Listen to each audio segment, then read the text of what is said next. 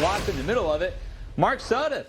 You can see some video right there that he caught, and man, that is some flooding coming in. Yeah. Listen to this.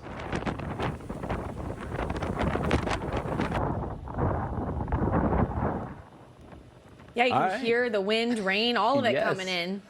You know what? I don't want to say it's happening, but I think Mark Sudduth is hoping for these these houses, the ones that are abandoned, to finally just make the plunge. Yeah. I mean, I feel bad for him for sure. They've been living on the edge for a while. Buxton, North Carolina. You're talking right by Cape Hatteras, right by the lighthouse. Well, let's check in with Fox Weather exclusive storm tracker Mark Sudduth. Mark, it's great to see you again, my friend. And whenever you have a nice coastal storm outside North Carolina, you're the first one I think of. And you deployed all the cameras. How are we looking, man?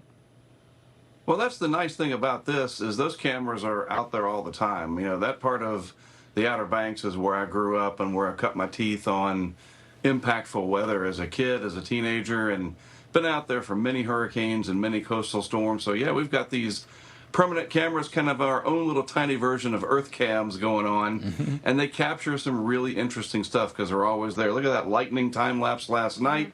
I wonder what the CAPE was. You know what I mean? That convective available potential energy over the area. Less than 1,000.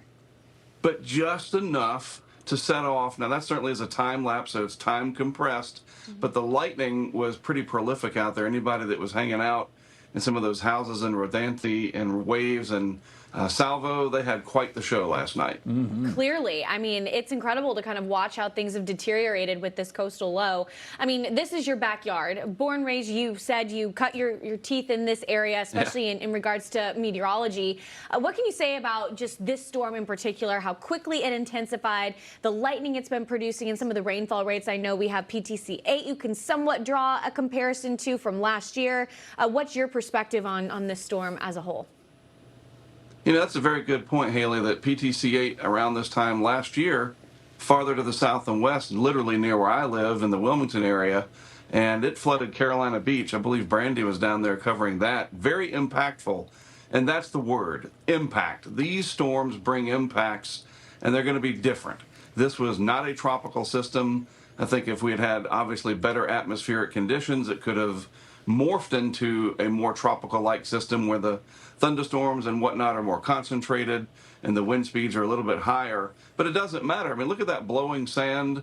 That's a real big problem. Those big sand dunes down there along Highway 12, a lot of those don't have vegetation on them along the Pea Island area because they are bulldozed back up to keep that highway open. So it's just this constant battle against Mother Nature out there. But people love the Outer Banks. It's been a part of our nation's history, really. If you think about it, it goes all the way back to settlement times, and we're not going to give up that fight, as feeble sometimes as it may seem to go against the Atlantic. It's just gorgeous out there, except for days like this. It really is my favorite spot when you talk about the East Coast. It is just gorgeous. Those Outer Banks, the barrier islands, you can't really beat it when you're out there. Maybe not building a house on there, it's a little difficult. But you were out there for Aaron as well, right, Mark? So tell us about that one. Aaron was a hurricane. It was Cat 5 at one point. It did not come ashore, but I guess this was reasonably the same when you're talking about wave and wind action, right?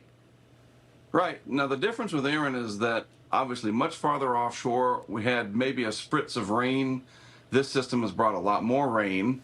And with Aaron, we had a much larger set of waves coming in because it was such a large wind field, and it was days and days of these big waves and the energy coming in, whereas this system, being so close to shore, the fetch, the wind blowing over the water for distance, we call that the fetch, has not been too substantial. So the waves have not had a chance to build very large. We think about Sandy way back in 2012, a huge fetch of wind, and that was a couple hundred miles east of Hatteras, and it decimated the area all the way up, of course, as we know, to the northeast with substantial wave and surge action. Yeah, I'm just watching the pictures in from North Carolina DOT. Some pictures right there. Look at that. Man, that Highway 12 takes a beating, doesn't it, Mark? It really does. And, you know, you think about what the folks in Jersey and New York do to keep the roads clean and elsewhere in the Northeast with snow.